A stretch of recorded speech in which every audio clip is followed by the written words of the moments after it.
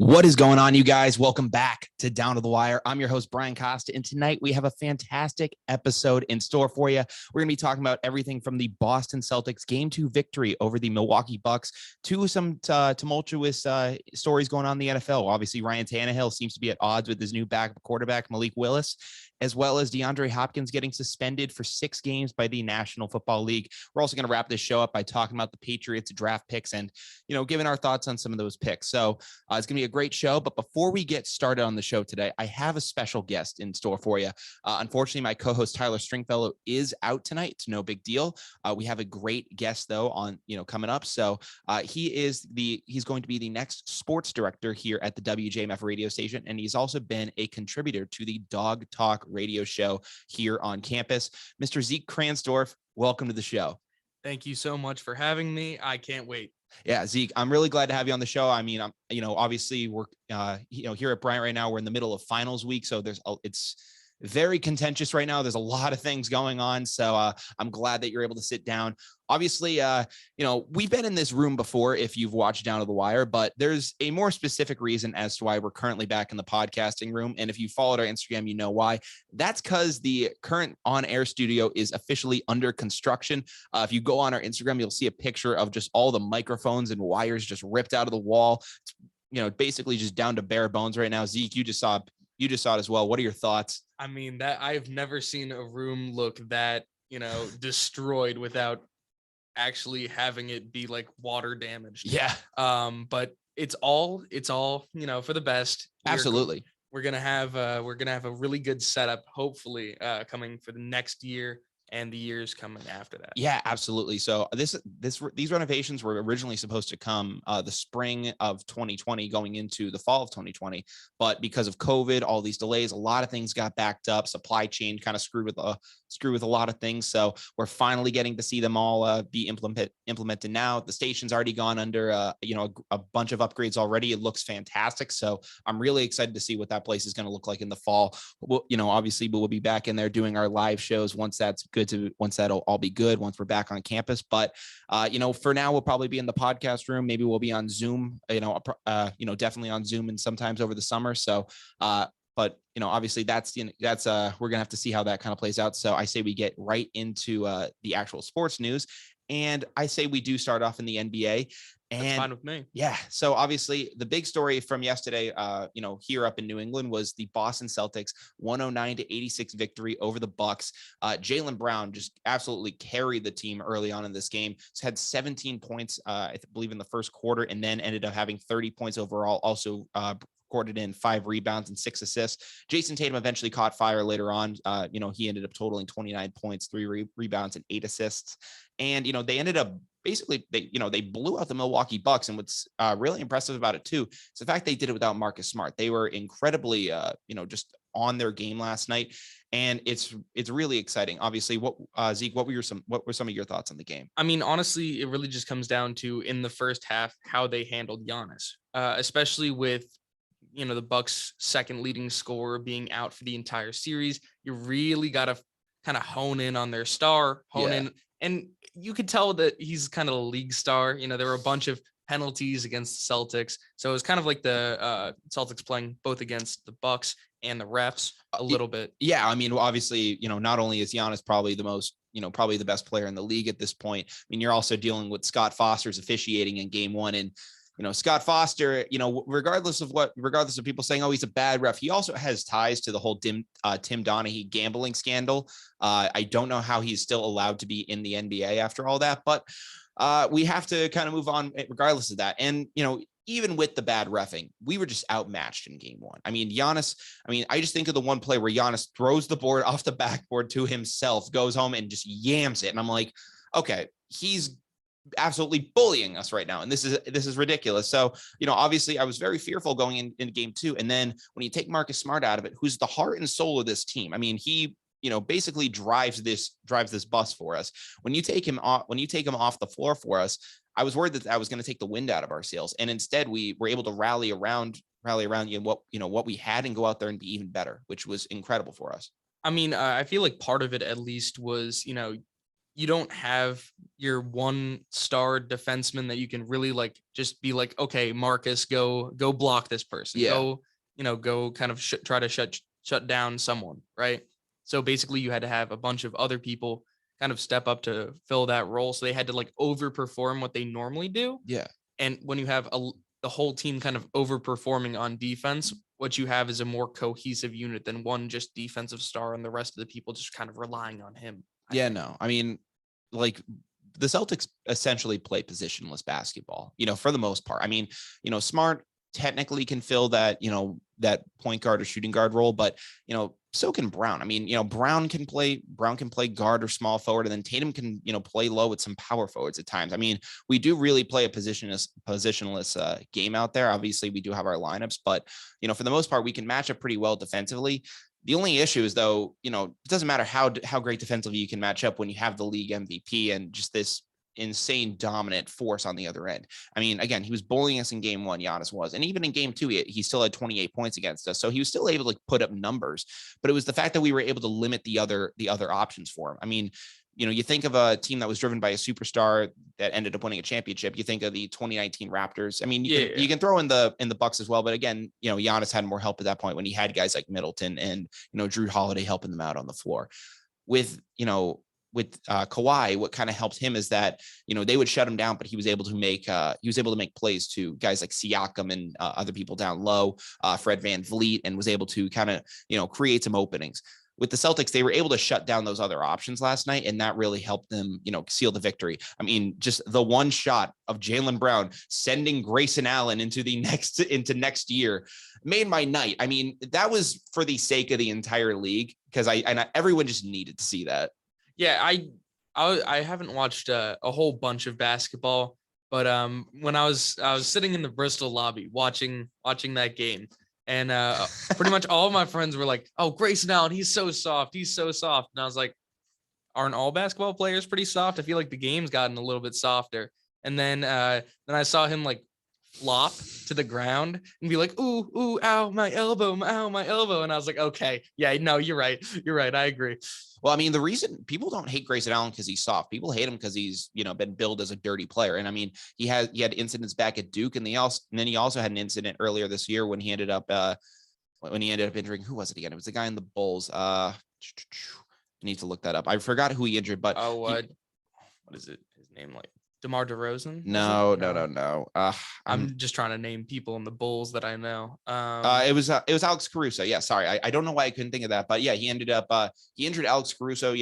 Had him out for a good couple weeks, and he's just always done things, and has always just been a dirty player typically, and people just want to see him fail, and he knows that, and he breeds it. I mean, and he just wants it because he has told his Bucks teammates whenever he does something good to boo him, because he wants to associate doing good with getting booed. And it's weird because I don't know. I can understand it because he's probably just trying to flip the switch in his mind, because, obviously whenever you're getting booed, it's like, oh, I suck, so I don't want to be, getting booed, or it's because the other fans hate you. But he's doing it essentially to, I don't know, maybe kind of rewire his brain to associate the boos with good things. So I don't know. It's very weird. I mean, part of it is definitely just that he looks so smug. Oh yeah, 100%. Like he has a to a T, a punchable face. Yes. And like, I was like, oh, just that doesn't translate very well for the audio listeners, but it's just kind of like your hand just kind of makes a fist without you like even realizing. Yeah. Just when you see him. Yeah, no, you kind of just get like that weird anticipation feeling in your chest of it, where it's just like, man, if this guy just won't shut the hell up, I really want to just punch his lights out. God. Exactly. And then he does like this stuff, and I'm like, oh my God, he's so arrogant. And then he taunts and everything. Yeah, he taunts and he's doing all that. But then luckily, I mean, Jaylen Brown again just sent him into next week, which was awesome. So I mean, that was great. But what I'm kind of wondering though with the Celtics moving forward though is, can they sustain this? Because I mean, a stat that I heard on ESPN which blew me away was that in the first 2 games of this series, the Celtics attempted more 3s than 2s. Obviously, it's something that a lot of teams do now in games. I mean, just with how with how much the three ball has become, interwoven into basketball nowadays. But what's shocking about this is that this is the first time in franchise history that we've averaged more threes than twos in a game. So we've never done this before in the history of the Celtics. And I know, obviously, the game has changed within the past 10 years, as to when we made our last finals run, but like we've had to make some serious changes. And I do think that, for this series, it makes sense why we did it. Cause obviously you're battling against Giannis down low and you're going to have to, create some separation outside, obviously, you keep Giannis in the paint and then you're just shooting over him. And, obviously you kind of defeat him there. But when you live by the three, the double-edged sword of that is then you die by the three. So do you think that this is a sustainable method of winning for the Celtics? I mean, when you have like really talented 3-point shooters on your team, it can absolutely be a really sustainable method. But then, when those players, they're not going to play the whole game. Obviously, they're going to get subbed out. That's when you need to start like kind of like transitioning into less threes. Like no offense to Grant Williams, but I don't really want Grant Williams taking threes. No, I don't. I mean, Grant Williams taking a three is basically just the dagger, like on a game where, like I was thinking back to the Nets series and it was in that game 4. And I think I saw, Tatum pass out to Grant Williams. He buries a 3 and it put them up by like 12. That's what I'm fine seeing Grant Williams take a 3, just like, just to bury a team and just like, and just basically be like, all right, this thing's just over. Demoralize them. Yeah. Just like when the game's over. But in a crucial game, I do not need, and I do not want to see Grant Williams taking a 3. I mean, keep it to guys like Tatum and, Brown kind of, I mean, Brown's all right from the 3. I don't like seeing Smart take too many threes. He's kind of hit or miss sometimes, but the only thing I worry about with this is that, these guys are great 3-point shooters. They're in the NBA, obviously. So they're going to have something, they're going to have some skill from behind the arc. But they're not Steph Curry. They're not Klay Thompson. And they're also now not Jordan Poole, who's become the third Splash brother. So, I mean, he's like, those aren't exactly those guys. They can obviously get hot and can find their groove and be, whatever you want them to be. But in a crucial, dire situation, I don't know if I want this to become the Celtics' full-time game plan. I think we need to find a way to create more separation down low, get guys like Tatum isolated away from Giannis and have them creating shots, in the mid-range as well. I would definitely agree with that. I feel like part of the difficulty there is it really just comes like on a pretty much per game basis.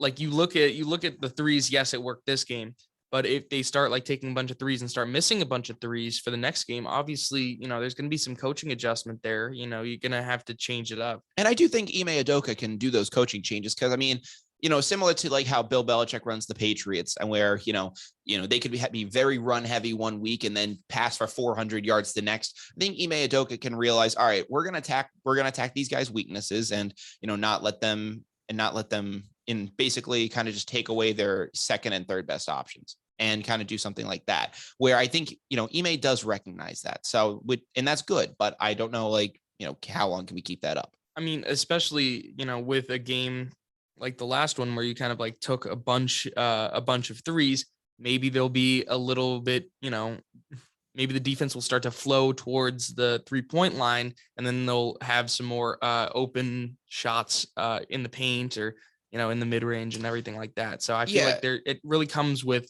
kind of like adjusting, like, it's kind of like the old football saying, the run sets up the pass and the pass sets up the run. You can only have so many defenders in certain places. You got to pick and choose where you want those defenders to be. No, absolutely. The only thing I worry about though is while I'm not, angry at the Celtics for going with a 3-point approach. I'm not like 70 years old where I, can't. That's not basketball to me. No, I'm like, no, the 3-point arc, it's been here. It's been around since the 80s. Let him shoot from it. I don't care. And I do think it actually benefits the Celtics because I think size-wise, the Bucks outmatch us. I mean, down low, Al Horford has been great, and he's given us way more than I thought he was going to this year. I mean, he has been fantastic for us, but I don't think he matches up well down low on guys like Giannis and Lopez. He just doesn't match up down there, and he's part of the reason why we are a good 3-point shooting team. I mean, you get Al Horford in a catch and shoot 3-point situation. I'm telling you right now, I have never seen him miss. He came to the team in 2016 and then obviously had a stint where he was away.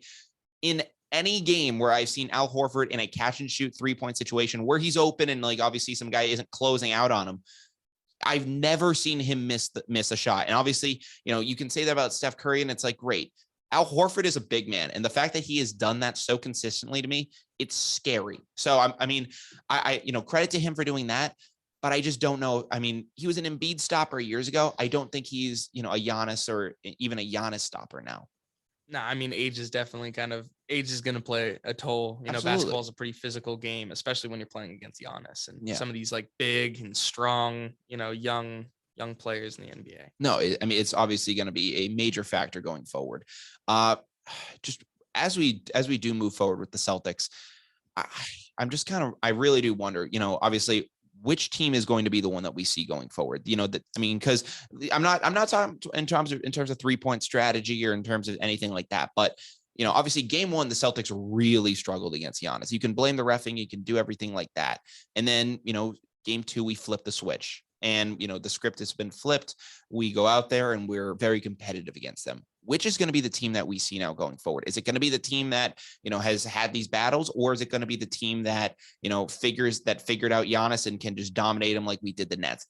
I think it's going to be probably more in the middle because I just think, the Nets, I believe Brian Windhorst had a report where he ended up saying the Nets did zero preparation in practice for us. They did zero type of game planning, looking us over. They basically just looked at the Celtics and said, yep, we're better than you. We can beat you. And that's just how they looked at us. With the Bucks, they actually I think put in the effort into trying to figure us out.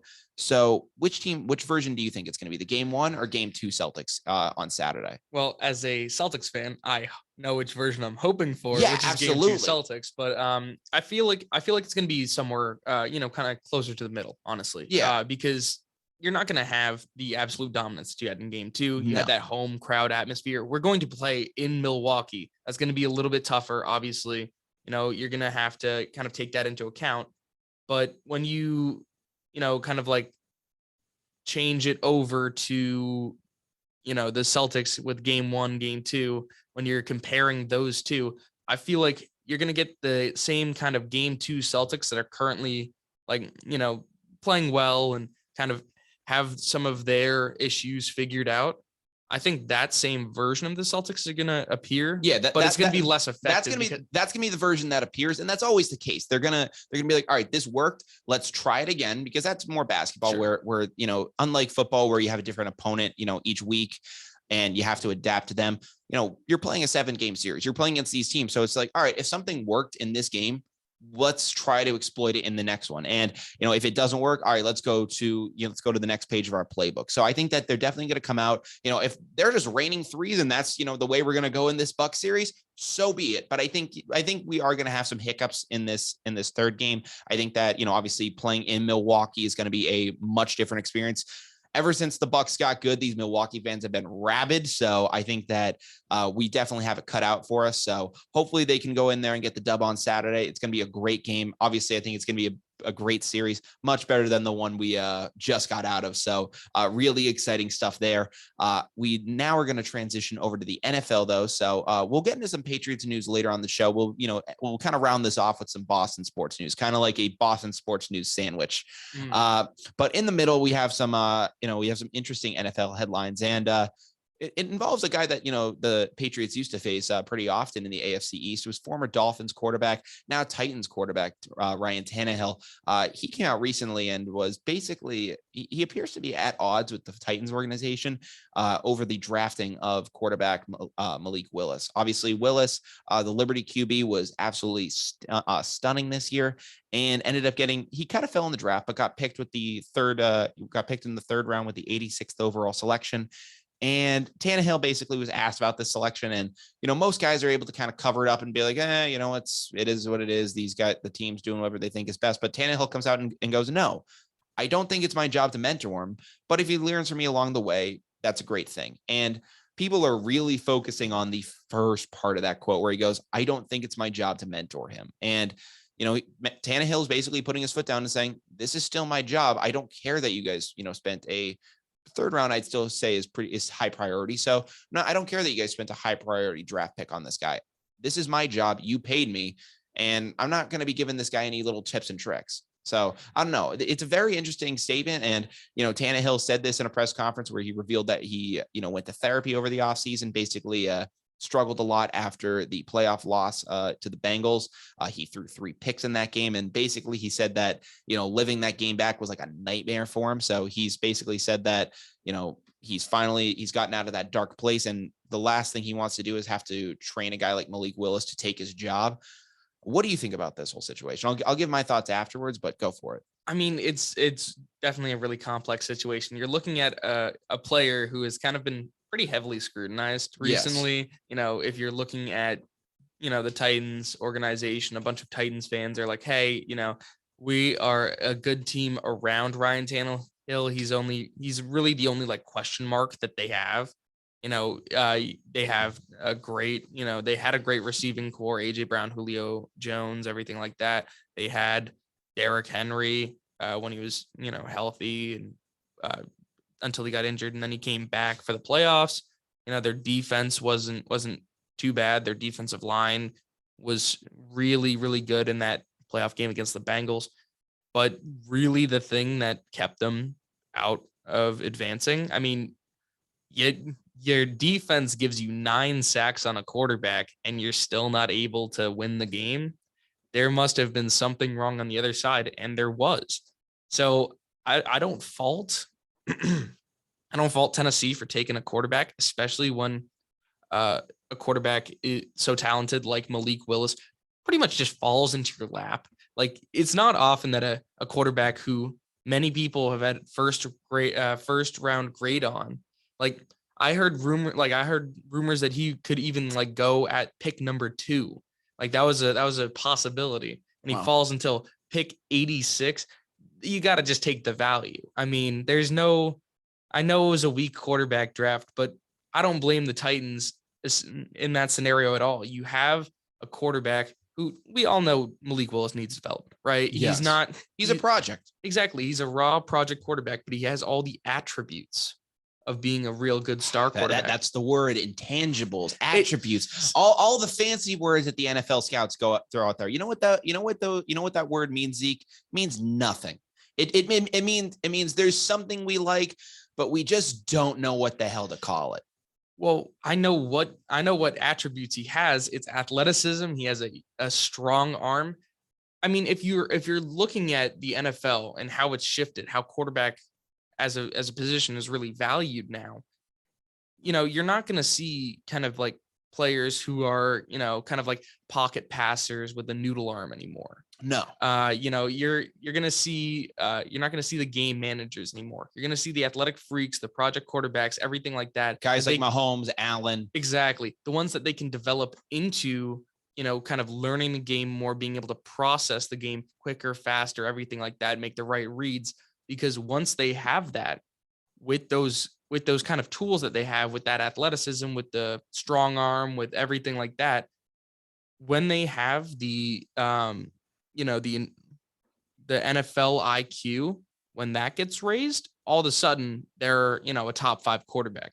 There's a reason why, teams have kind of like strayed away from certain styles of quarterback. There's a reason why, like, you're kind of like your weaker armed quarterbacks, they're not going anywhere.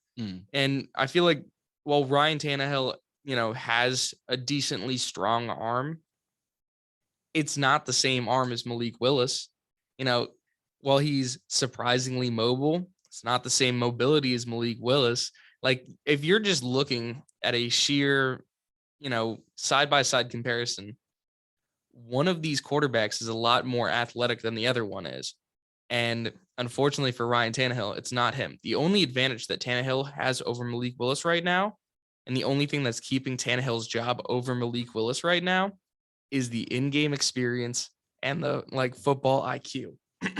And that, I think, is the reason why you see Ryan Tannehill not wanting to mentor him, because the second he mentors him, what advantage does Tannehill have over Willis? Yeah, no, I mean, you make a good point, but here's the thing. I think Ryan Tannehill has every right to be pissed off at this move just because of how poorly the Titans have handled this offseason. I mean, you end up shipping, his number one receiving option, AJ Brown, to the Eagles. You get him out of town. There were talks all offseason about bringing in Aaron Rodgers to take your job and replace you. And now when everything seems cool, you end up taking a third-round quarterback. I mean, I think he has a right to be pissed off. This guy was a first-round draft pick of the Dolphins. I mean, he, came out of Texas A&M, was a very high-profile guy there. And he's probably just like, man, I'm done at this point. Like, what is it going to take for you guys to have some faith in me? Now, obviously, 3 picks isn't going to develop a lot of faith. I can understand that because he did not perform well in that playoff game. But, at this point, he's probably just looking around and going, well, what are you giving me? I mean, what have I gotten? I mean, I got a banged up Julio Jones that did nothing for us this year. And I understand that you're trying, but what more can you ask me to do? And the other thing too is, I mean, this is something that I think, here's the other difference with this too. With Tannehill being a first-round quarterback, he has the pedigree of a guy like that.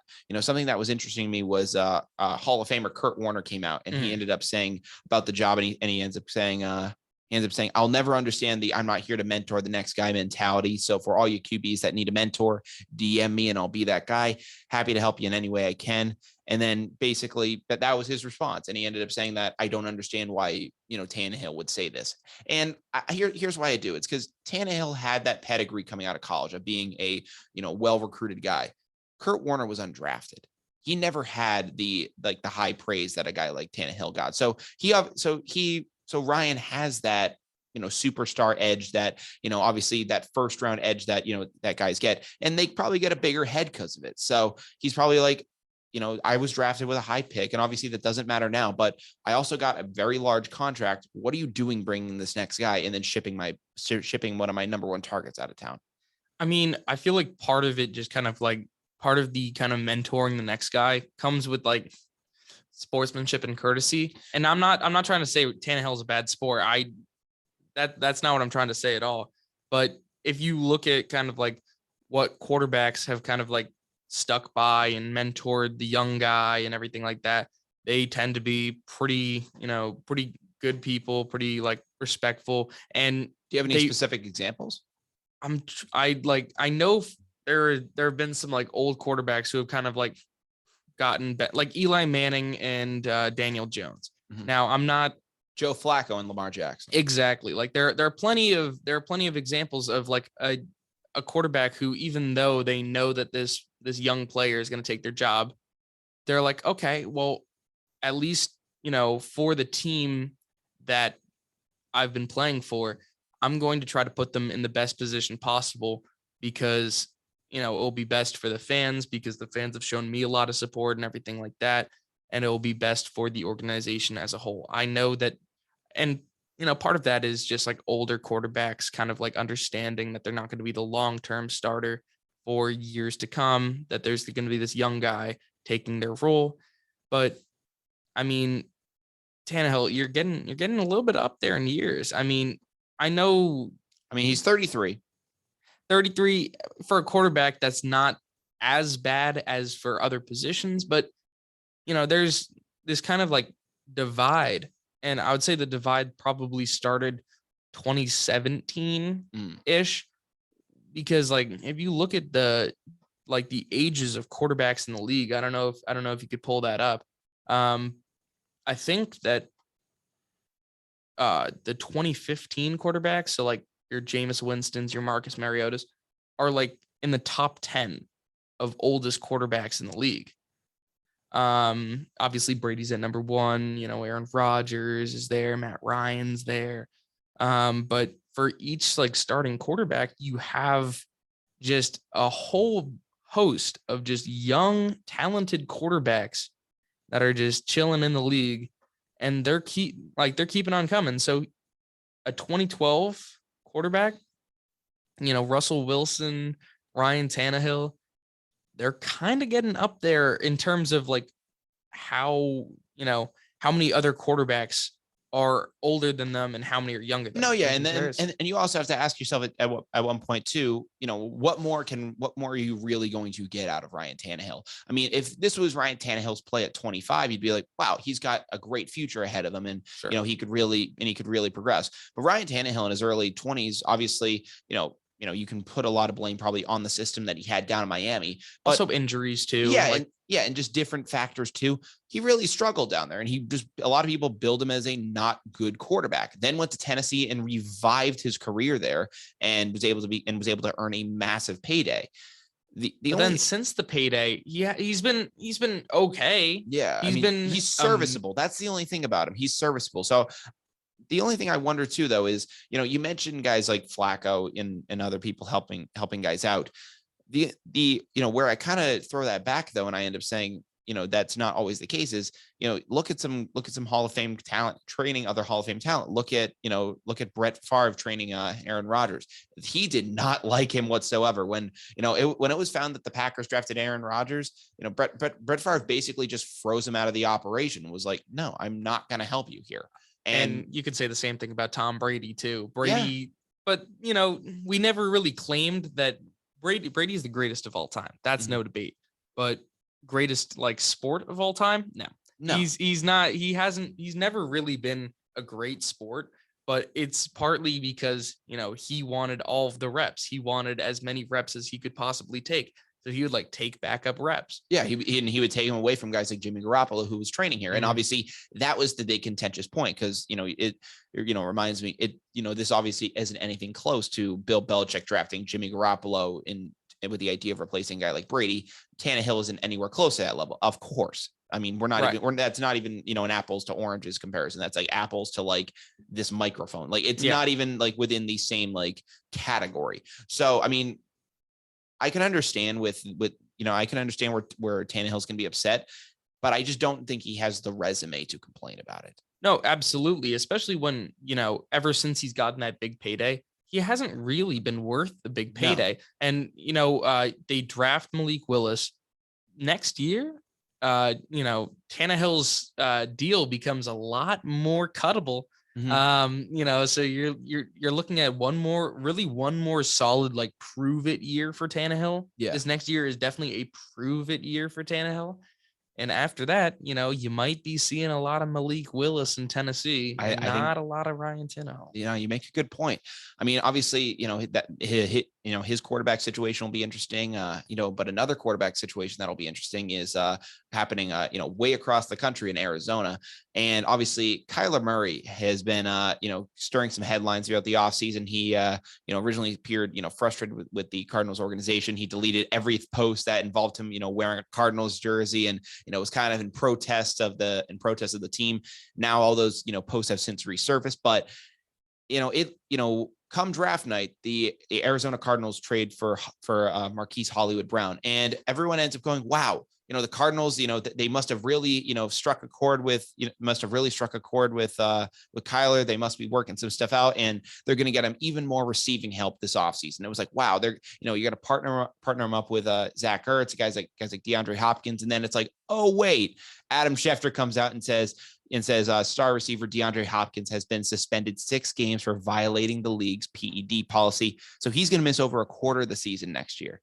That's killer for the Arizona Cardinals, because DeAndre went down at the end of this year, and they are not even close to the same team. I mean, just look at the Cardinals when they played the Rams in that playoff game. Kyler was a mess. He was atrocious in that game, and he got embarrassed on the field. Yeah, the Cardinals, after DeAndre Hopkins went down, they really just fell apart. And it's the classic Cliff Kingsbury fall apart at the end of the season, everything like that. Now, I'm not the hugest fan of the trade for, Hollywood Brown, but it makes sense now. I mean, it makes sense why they're going to do it, because they were like, all right, we kind of have our backs up against the walls. I don't know when this decision came down, but they were like, all right, screw it. We need to just get this out there. So that's what they did. And they basically just had to make a decision, and they made one. I mean, don't get me wrong. It makes sense. But when you look at the draft capital given up to get Hollywood Brown in comparison to the draft capital given up to get AJ Brown, one of those Browns is better, and I don't think it's Hollywood. No. Now, obviously, you're making the kind of Joe Burrow, Jamar Chase kind of play of, oh, they played in college together. Maybe they'll rekindle that college chemistry.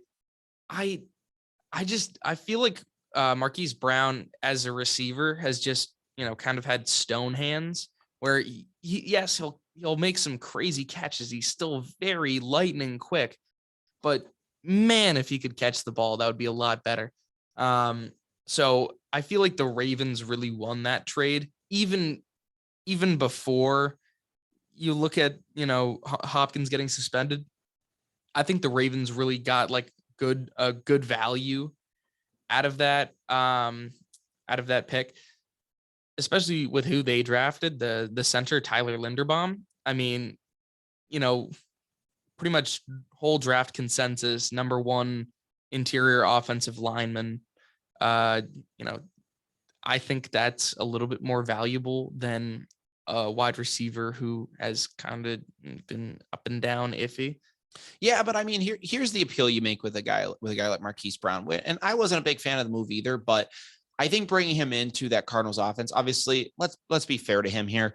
Playing on that Ravens team, you're not going to get. I mean, you can call him stone hands, but yeah, that he's dropping the ball in the very slim opportunities that he's thrown to because Lamar Jackson's taking off, the other half of the time. So I think that he's gonna, with a guy like Kyler Murray, obviously he's still going to be on the run doing his thing.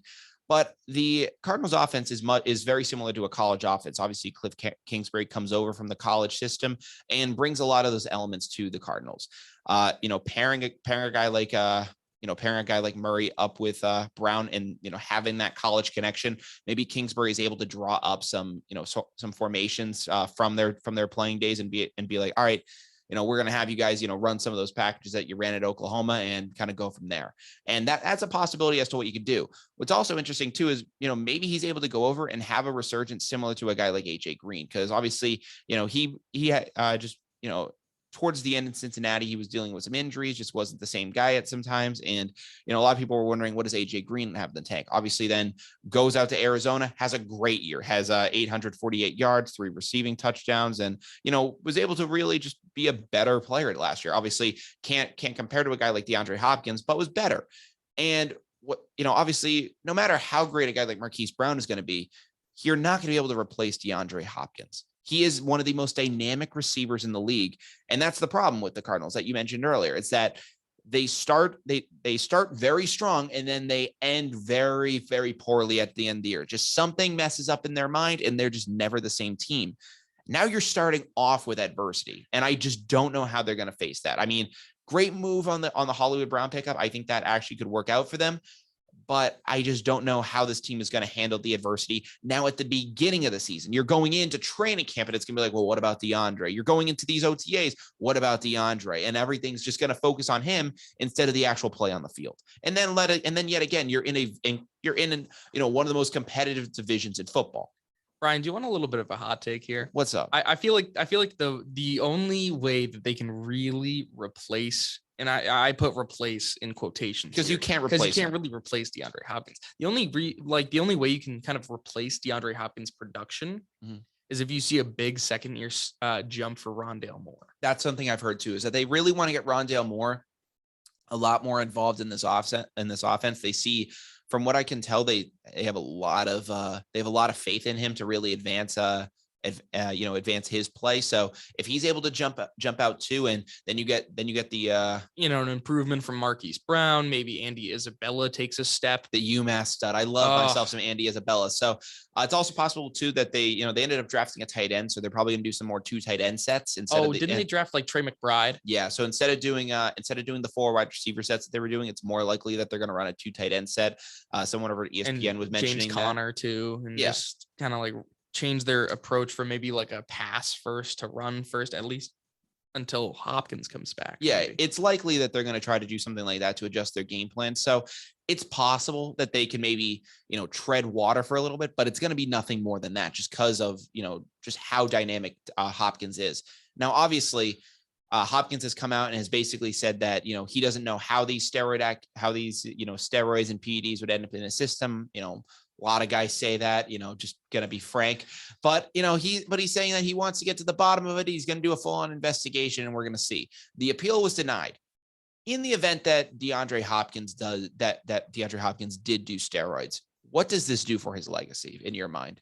I wouldn't be shocked if it tarnished his legacy, because you look at a bunch of like great players across all sports. Whenever they take PEDs, their legacy is tarnished for the most part. I mean, the only one who's really gotten out unscathed so like that I know of so far is Julian Edelman. Like everyone forgets that. Yeah. Everyone forgets about that because he was just kind of like, oh, he doesn't seem like the type. Adrian Peterson too got out of it. Oh yeah. Adrian Peterson. I forgot that exactly. That's the thing. Like if you can make players, like if you can make the fans forget that you took PEDs and your legacy's, more intact. But if you go over to like, you look at like baseball, Barry Bonds, right? He technically never tested positive for steroids, but people just see how big his forehead got and they were like, shut up, Barry. I mean, like they're like, shut up, Barry. You did steroids. Mark McGwire, Sammy Sosa, and all these, like, you look at they had the bottles just open in their locker. It was just like, yeah, like we have this stuff, like whatever.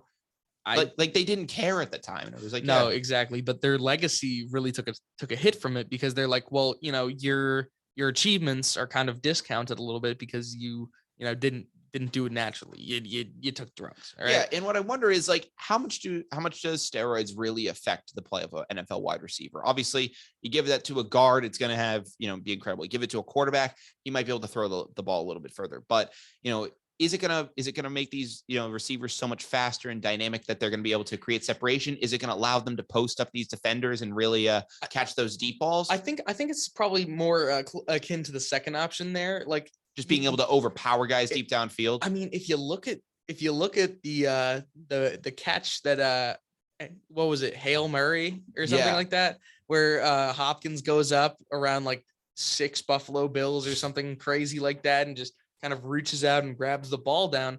That takes a lot of strength to just rip the ball from other people's hands. If it's found that he had some PEDs in his system during that time, that's going to really kind of affect the legacy of not just that play, but that play really contributed to his legacy. No, absolutely. I think it does contribute to his legacy as well. So I mean, in your mind, if DeAndre Hopkins continues to, have a decent career and, still puts up decent numbers once he's back from the suspension, but the accusation is never proven to be, false. And it was never, it just stands that, he did steroids. Do you elect him to the Hall of Fame? I would say so, because if he's still productive after that, obviously you were going on the assumption, like after he has served his suspension, that he's not doing it anymore. If he's still productive after that, I would still say yes. If his production dwindles, you might have to have a conversation about that. I mean, DeAndre Hopkins is 29 years old. Chances are he's going to have 4 more productive years at most. Yeah. And I mean, I'm really talking at most, because a lot of receivers hit 30 and it's just off a cliff. Like they just don't, like a lot of just things will catch up with them. And I'm just like, and like, I don't know, like, I don't know how I'm feeling about falling off at 30. I don't know about that. I'm 20 now. I'm 21 now. So I don't know how I feel about that, but it's just a fact in the NFL with these guys competing at the highest level. These guys hit, their mid to late 30s and, especially their mid 30s. And, they're just not the same afterwards. So I don't know how I feel about this. I want to see how he performs afterwards. That's going to be a big factor for me, but I don't know. Whenever I hear about guys that just do steroids, I mean, if you want to put him in a team Hall of Fame, that's fine. I just don't know. I mean, guys like Peterson, I think he'll probably be able to, he'll get in the Hall of Fame. He'll probably get around it. People are just gonna be like, he's one of the greatest, running backs to ever do it. So we're going to ignore the case. I think that's just going to be what happens here. Julian Edelman, people have, even regardless of steroids, people have said that, they don't know how they feel about him as a Hall of Famer. What's interesting about both of those cases, though, the Peterson and the Edelman cases, that they both got popped coming back from knee injuries. So So what's interesting about that is because I just want to look that up again. Adrian Peterson steroids. Isn't like Hopkins got injured, but was it a knee issue? No, he wasn't a knee issue, but so it was. No, because I know for a fact Peterson's was after his ACL tour, and then you look at Edelman was after his ACL tour as well. So. Yeah. So I'm wondering if there is something that goes on with the medicine these guys receive for their injuries that's attributed to this. But from what I heard, the test that Hopkins did was back in November. So I think that was before his injury. Well, yeah, that's a completely different scenario. Yeah. So I don't think it's necessarily an injury thing, but I'm wondering, that has been something I've always wondered, to where, Edelman, he goes out with a torn ACL and then comes back the next year and is having, from a knee injury and then has something. So I'm just like, are these doctors prescribing something to maybe help him along the process? And, the idea that it would be out of his system and they just mess up the dosage. I don't know what it is, but that's obviously something that could be thrown out there. It's also just like speculation. We don't know. No, exactly. But I've always, I've had a hard line with steroids. It's always been like, you know what, you just don't do it. I just don't want to see those guys in the Hall of Fame. A guy like Barry Bonds, I've always been on the fence because technically he never tested positive for steroids, crossing sports. Yeah. He never tested positive. Mark McGwire, positive test. Sammy Sosa, positive test. Roger Clemens, positive test. And I'm like, okay, cool. Keep him out. I mean, I don't want to say that. I don't want to be like, oh, he was able to avoid the testing and avoid testing positive, but I'm just like, he somehow was able to avoid the testing and avoid testing positive. So maybe a guy like him should have gotten a look, but anyways, I don't know what the future of that is going to look like. Obviously there's a lot of speculation going on there, but we'll have to see how the Cardinals fare next year when they do come back. Now, before we do go down to the wire, Zeke, I want to switch things over to the Patriots. Obviously, I'd love to talk about the Patriots. Finish the rest of this Patriots of this Boston sports sandwich, and finish it off by talking about the Patriots draft. So, on our Friday show last week, myself, Tyler Stringfellow, and special guest Chris String, we ended up talking about the Patriots' first round draft selection of Chattanooga guard Cole Strange. We had some interesting thoughts on it. Obviously, everyone was saying that this was the wild move of the night. People were saying that this was a stretch for us, that, people thought he would have been available at the 54th overall selection for us. There was a 93% chance reportedly. And people are going, what is Bill Belichick doing? And, we looked it over and ended up saying, all right, Cole Strange at the time for his position was the best ranked guy on the board. And it was like, okay, Bill Belichick sees that need. He's going to fill that need. Overall, before we break down some players specifically, what are your thoughts on the Patriots draft class this year? I think that there were definitely some positives. I liked the first couple picks that we had. Yes. I think they all filled a need, and obviously, in Bill we trust. Like we're gonna trust that when he's picking players for a position of need, that he has kind of the best idea in mind for the team of what players would fit our scheme the best and everything like that. Mm-hmm. So I'm fine with the Cole Strange pick. I'm pretty excited about the Tyquan Thornton pick. He's got speed for days. He is quick, and he's not just like a deep ball kind of like speedster. He can also kind of go up. He has a large catch radius. I feel like it's funny because the real downside that they're looking at right now is wrist size. And I'm like, who's out here making fun of these prospects' wrists? I mean, they look for anything at this point in these guys. And I like the Tyquan Thornton pick. I mean, he was the fastest guy at the combine this year. Reportedly, did that record end up standing for the fastest time? I think it was a Baylor cornerback instead that beat the record. Okay. But for a receiver, he was an offensive player. He was the fastest guy. No, yeah. So, I mean, obviously we're getting an incredibly speedy receiver here, and he's going into a receiver room that's very interesting right now. I mean, you got Devontae Parker in this room now. You have a bunch of other guys. You have Jacoby Myers. Born. Yeah. I feel like this is a good way that now that we have Thornton, we don't really need Aguilar. And you can make a case for that. And I would also say, can we finally just phase out N'Keal Harry from this team? God. I mean, thank God we did turn down his option for next season, his the 5th year option. See, I was about to advocate that we were about to extend it. No, of course not. No. Like, he hasn't done a single productive thing for our team except for block on one game, and everyone's like, oh, he's a great blocker. No, he's not a great blocker. He's a blocking wide receiver. We don't need that. No, we can get that elsewhere. We can get an undrafted player who will do that for us. And also, he's a blocking wide receiver who picks up holding penalties. And I'm like, I can't even do it with this guy anymore. He has blocks for hands, maybe. Yeah, I mean, pretty much. I mean, it's ridiculous at this point. So obviously, I think Tyquan Thornton will be a great pick to bring in here. But there was a Bleacher Report article that came out, and they highlighted three of the Patriots draft picks, and I kind of want to go through it with you. One was Cole Strange, so I want to go back to that. And they ended up saying that, it was the name of the article. It was posted by Joe Tanzi over at Bleacher Report. And it's titled Hot Take Predictions for the Patriots Rookies After the 2022 Draft. And starts off with Cole Strange and goes, takes over starting guard role just immediately. And it's like, all right, you took this guy with your first overall pick. The idea is he is going to go into training camp and compete for that starting guard spot and take over. I'm not surprised about that. I think that actually can come to fruition. If you're looking at one of our guard spots is Mike Onwenu or Onwenu. I think he's got that guard role taken up, but the other one is Will Sherman. And no offense to Will Sherman, we haven't really gotten a chance to really see him play, but you're anticipating that Strange will be better. Yeah. And I think that honestly, I wouldn't be surprised if Strange took that spot over Sherman. No, and you have Sherman be kind of like a swing guard. You can use him in different sets and use him when, say, God forbid, one of them goes down with an injury. Yeah.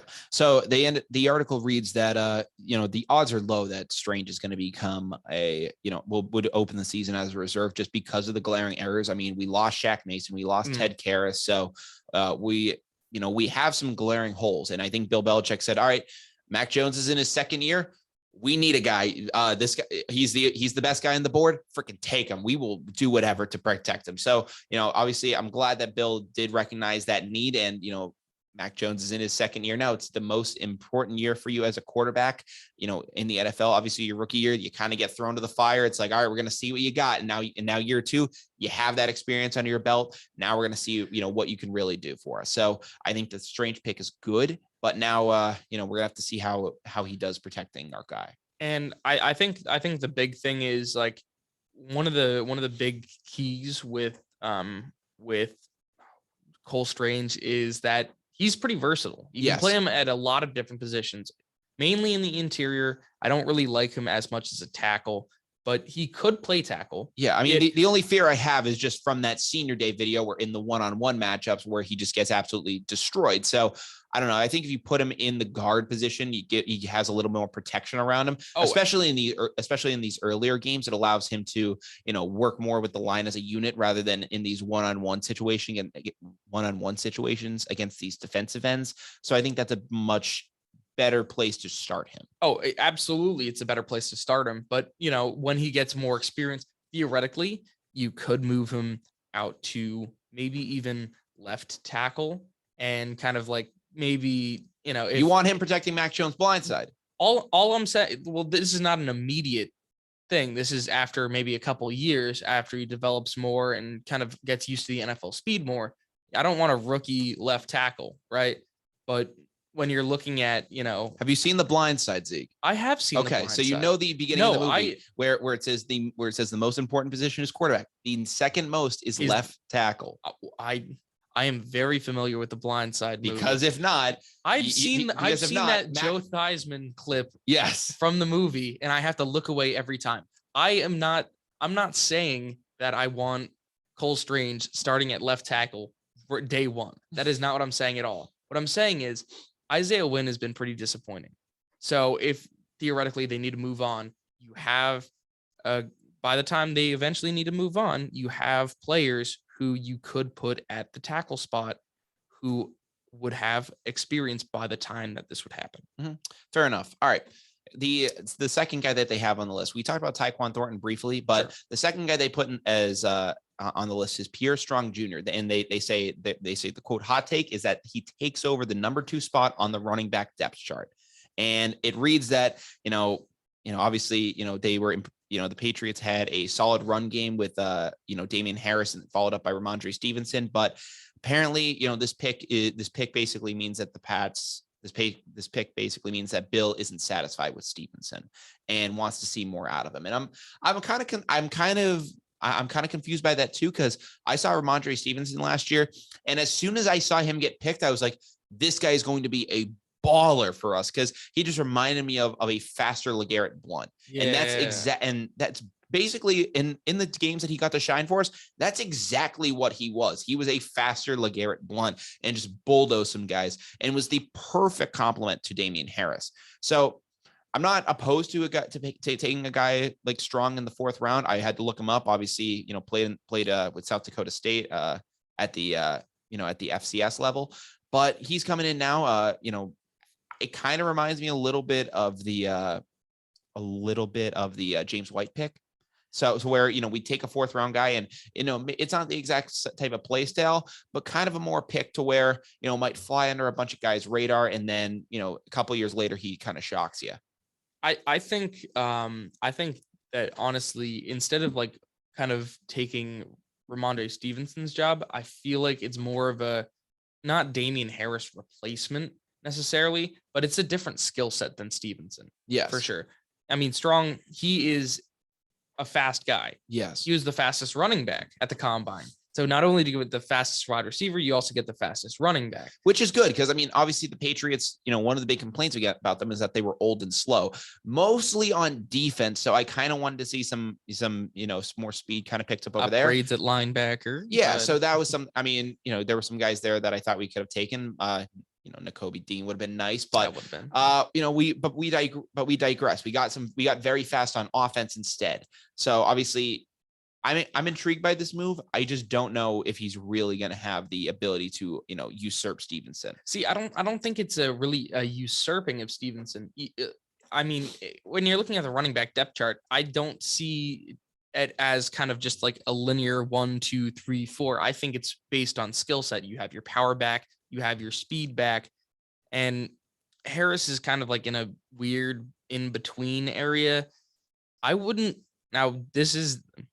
We're in the spirit of hot takes here. Okay. I was talking to you about this before this started. I wouldn't be surprised if you see the Patriots trying to maybe trade Harris before the season starts. But why would we try to do that? I mean, he finally is just broken through for us. Because that's when he has the maximum value. I mean, I guess, but like you have a power back, you have a speed back, and then you have you have a receiving back in James White. You have Ty Montgomery, who we're probably going to play at receiver, honestly, but he could. I don't know about that. I mean, we mentioned before the show started that, James White is dealing with a hip injury. Yeah. It's likely that, Montgomery's going to try to most likely take over that kind of a role to start things off. I don't know what the deal is going to be with James White in his return. I think that, when James White is good to go, he could be honestly what unlocks Mac Jones in this team this year. I think that he's a vital piece of this team in this offense, but I just don't know what he's going to look like this year. So you have all of these options. And then you also have Kevin Harris, who they drafted in the 6th round. Yeah. I haven't looked into Harris nearly as much as I looked into Strong, just because, I watched, pre-draft content and they mentioned Strong more than they mentioned Harris. It's just the way that the cookie crumbles sometimes. But I know if you're talking skill set, you have a receiving back, you have a power back, and you have a speed back. Like those are the 3 positions that you absolutely need to have at running back. They're 3 completely different skill sets, and you have all 3 of those. And who's the odd man out there? It's Damien Harris. Yeah. And as you were saying, he's just broken through. You have probably the best trade value that you could possibly get. And that does lean towards Bill's typical, towards his philosophy of let a guy go a year too early than a year too late. I can get that, but just with the Patriots having an effective running game and that seeming like what they want to build their offense on, I don't know if Bill wants to scrap that right away and just be like, no, Mac Jones. Like, I feel like he wants to build this thing up with a run first offense. And until he knows that Strong can provide him that, I don't know if he wants to immediately, let Damien Harris go. And that's completely fair. Again, it's a hot take for a reason. Yeah. I feel like maybe if we see something like come out of training camp that Strong's like playing really, really well, I wouldn't be surprised. Okay. If Harris gets shipped off. I mean, I would be surprised. I would be very surprised if this was to happen, but we do have to wrap up one more player before we do go down to the wire on this list. And it's Marcus Jones. We talked, obviously the Patriots ended up drafting 2 Joneses this year, but I feel like the Patriots are just going for an all Jones secondary. I mean, and that is, you have Mac Jones, And there's so many jokes that could be made about that. Yeah. It's like that. What was it? The Ford commercial where everyone's like going Jones. Like, I don't know. It's going to be like that. It's just like a team of clones, pretty much. It's like, and Jones gets picked off by Jones and he's tackled Pretty by much. Jones. And it reads that Marcus Jones turns into a vital part of the secondary. And the article reads like this: Marcus Jones has the statistics of a first round pick. The Houston product had 13 passes defended and 5 picks last season. He was a consensus all American at defensive back. So, I mean, what leads him to slide at this point? I mean, obviously size. Yeah, it was size. I mean, if you're looking at what caused Marcus Jones to fall, it was because he's short. Now, him as a slot corner, fantastic. Mm-hmm. I would love to see that. There's a reason why we got him as a slot corner. We got another taller, kind of a little bit lankier corner in, I believe, the 4th round. So you have kind of like you're just taking cornerbacks with different skill sets. So I'm fine with taking actually 2 corners in this past draft. I wouldn't be surprised if both of them are effective in this defense. I mean, I look at this pick, and I definitely, like something that they mentioned as well is that this is most likely going to be your replacement, the long-term replacement for guys like Malcolm Butler and Devin McCourty that came in. Obviously, two different positions, but the Patriots have been known to kind of move guys around as they age. I definitely think that's the case here, because I don't know how much longer McCourty is going to be willing to kind of just stay on at this point. I think he almost kind of has one foot out the door at this point. So, and then Butler's here on it is technically a 2-year deal, which is surprising, but I see that more as 1 year. Yeah. I see it's, 1 year you come back in and Bill might cut you by training camp for the next year. I see this as like, kind of like, you're kind of establishing what you want your new age secondary to be, without JC Jackson, without Stephon Gilmore, you're losing a lot. So you also have like Kyle Duggar, who's, coming into his own. Without I think you picked like a safety that got injured, or might have just been like kind of like on the practice squad last year, maybe with Josh Bledsoe out of Mizzou in the 6th round last year. You have a bunch of different like players. And then if you want another safety, you have Jalen Mills, who played safety in Philly. You put him at corner because you had a bigger need at corner, but say McCourty retires, move Mills to safety to play alongside Duggar and Adrian Phillips. And all of a sudden your cornerbacks and your safeties are looking a lot more sound. Absolutely. I mean, obviously it's definitely out there as a possibility. We're going to have to really see what goes on there. If Marcus Jones can become a focal point of this offense, then I'm really excited as to what's going to happen with him. Well, I think the big appeal of Marcus Jones is speed. Yeah. He is quick. He has speed to match up against some of these, really quick players that have somehow made their way into the AFC East. Yeah. You got Tyreek Hill and Jalen Waddle for Miami. You have Stephon Diggs for Buffalo, and Gabe Davis, people who we are not really able to match up well against. And, Tyreek's 5'10", so he's not, I'm 5'10", so I was going to say not incredibly tall, but I was going to be like, no, I'm actually pretty tall. I'm decent. That's fairly tall. It's above average. I'm good. I'm at a good height. Then even like for the Jets, they have Garrett Wilson and Elijah Moore. Like they have speed too. The AFC East is just a very lightning quick division. So you really need fast cornerbacks, and having a 3rd round corner who has speed, that's going to be really helpful. Yeah. The only issue though, that it's always the issue on defense, is that it's a lot easier to run forward than it is backward. That's just a fact of the matter. So, I mean, if Marcus Jones is able to make up that speed and take out guys like Tyreek Hill, especially, in slot formations, that's what we need. I mean, using him inside on slot guys is most likely how we're going to want to use him. Those shifty slot guys that can maybe get away from you.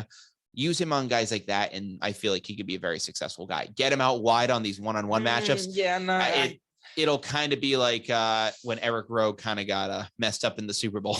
Oh yeah, Eric Rowe. So that's my fear for him. I would say keep him in a position where he can be successful. And I think that is on the inside. If he has the ability to kind of, bang down low and work with these guys, I would say do that too. Because if he's able to be physical up front and, work in that sort of way, I think that's a great move for us. So if he has the attributes of a first round pick, let's utilize him and let's get the most out of him. Now, I do have one more player that I want to talk about from the Patriots draft. It's not on your list.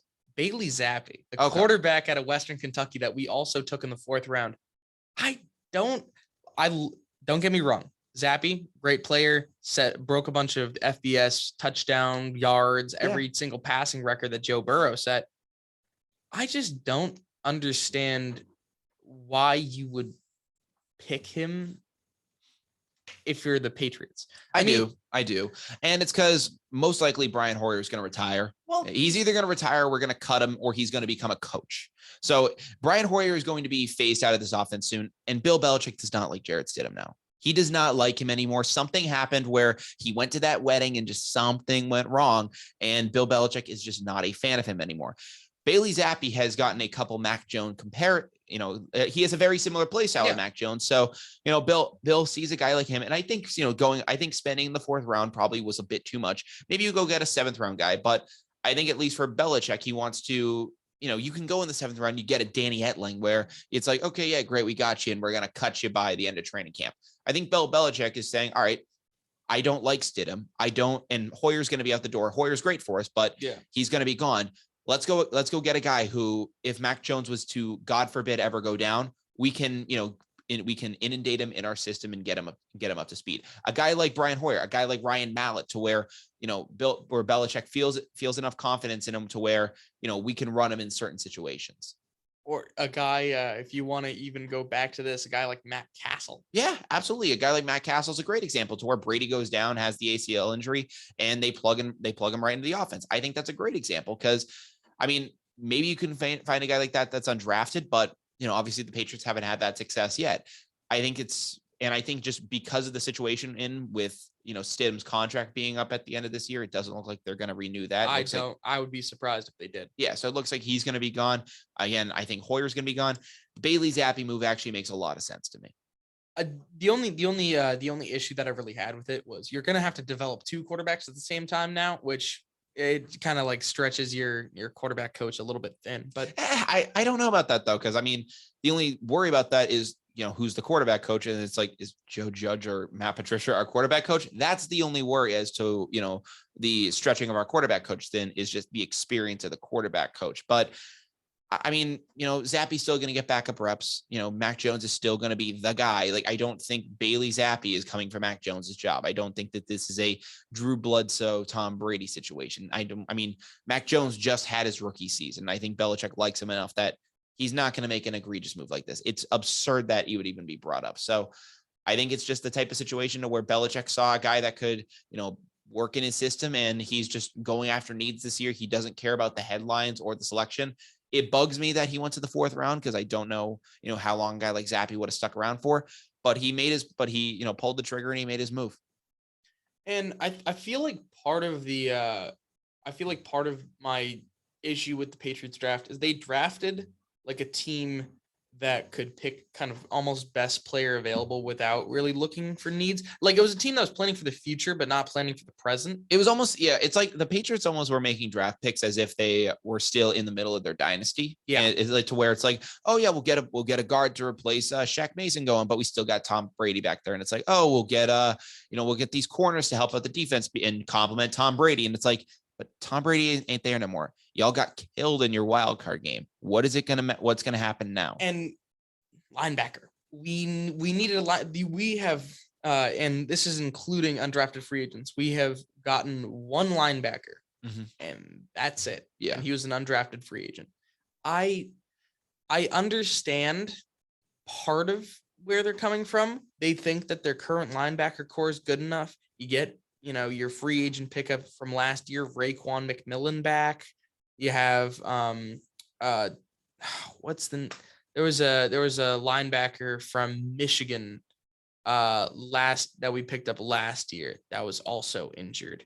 That he was like, Cam McGrone. Okay, yes. And then there was like and then you have like Anthony Jennings and Jawan Bentley. Yeah, so I mean, there are options that we have. I mean, another guy too to watch in the Pats defense next year isn't a linebacker; he's a D end. Is Ronnie Perkins? Oh yeah, he'll be someone to watch too. So I mean, and Josh Uche as well. Like we have linebackers, but they're not kind of traditional linebackers. They're more kind of hybrid players. I mean, there have been times where we were putting Adrian Phillips in linebacker roles because we just had to do that. And I mean, Phillips is a good player. I mean, he earned that contract extension from us, but I don't want to see him playing linebacker for us. Exactly. So that's the only complaint I have with that.